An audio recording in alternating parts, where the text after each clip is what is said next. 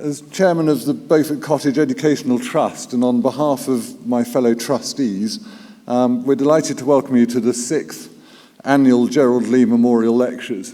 After 2 years of being forced onto the internet by COVID, it's wonderful to return to entertaining a live audience. Many factors contribute to today's event, and not least the fact that you are here demonstrating your interest in this extraordinary opportunity to acquire and share knowledge. I'm afraid I've got a few housekeeping things to do before we really start. In the unlikely event that we have to evacuate the buildings, there are plenty of exits, mainly out the back, like an airline hostess, out the sides, follow the exit signs, and then the collection point is below the Fox, which I'm sure most of you are familiar with. We're going to have breaks for coffee and lunch, which will be provided in the Red Room restaurant over that way. There is free Wi-Fi on site, no password, thanks to Tattersalls. And whilst you're logging on to the Wi-Fi, could you please make sure that all mobiles are off or turned to silent? As with previous events and with the kind permission of the speakers, the presentations will be available to view on the Beaufort Cottage Educational Trust website after the event for anyone who wants to review the content, as well as those who've been unable to attend today. To help us to stick to the programme, we do ask that you hold questions until the discussion sessions through the programme. So moving on to today's programme, which will focus on stallion and mare fertility, this event is very generously funded by the Gerald Lee Charitable Trust, and it is an opportunity to remember the incredible contribution which Gerald Lee made and continues to make to our industry. I need to say a particular thank you to the trustees of the Gerald Lee Charitable Trust, and in particular to Gerald's widow, Anna Lee, as well as Sarah Whitney, who is the Trust's administrator. Without their incredible and enthusiastic support, this programme simply wouldn't happen. Gerald Lee demonstrated his brilliance in business before making an enormous impact on the world of bloodstock breeding. Initially studying architecture, he developed the family business, Kennedy & Lee Properties, as a director, before becoming a senior partner at Hampton's Estate Agents, and then forming Standard Securities Limited.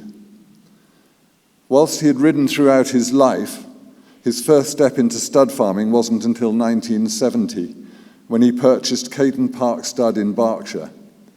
In this early venture, he was assisted by the Queen's former jockey, Harry Carr.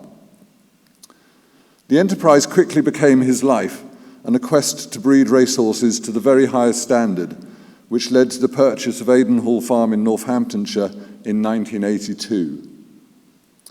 Part of Gerald's brilliance was in building a team around him to assist with achieving his ambition, including Terry Campbell, his stud manager, former Beaufort Cottage Educational Trust chairman and Newmarket vet Nick Wingfield Digby, and local trainer turned breeder Luca Kamani.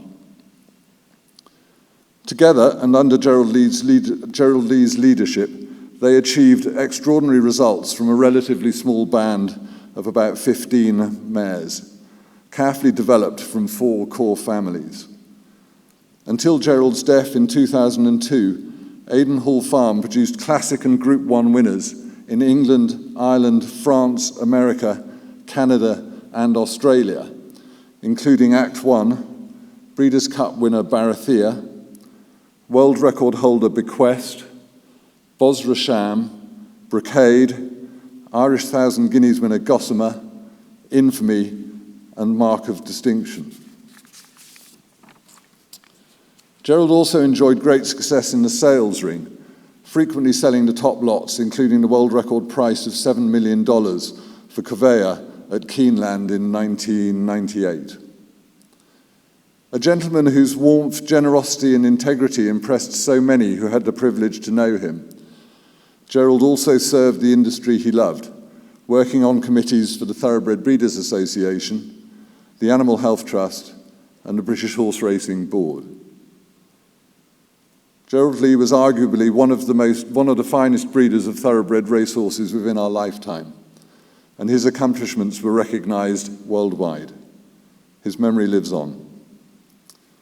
So moving on to the programme which Gerald has made possible, I'm delighted to introduce fellow Beaufort Cottage Educational Trust trustee Camilla Scott. Collectively, the trustees put a significant amount of work into setting up this event, ably supported by our secretary, Rachel Clay.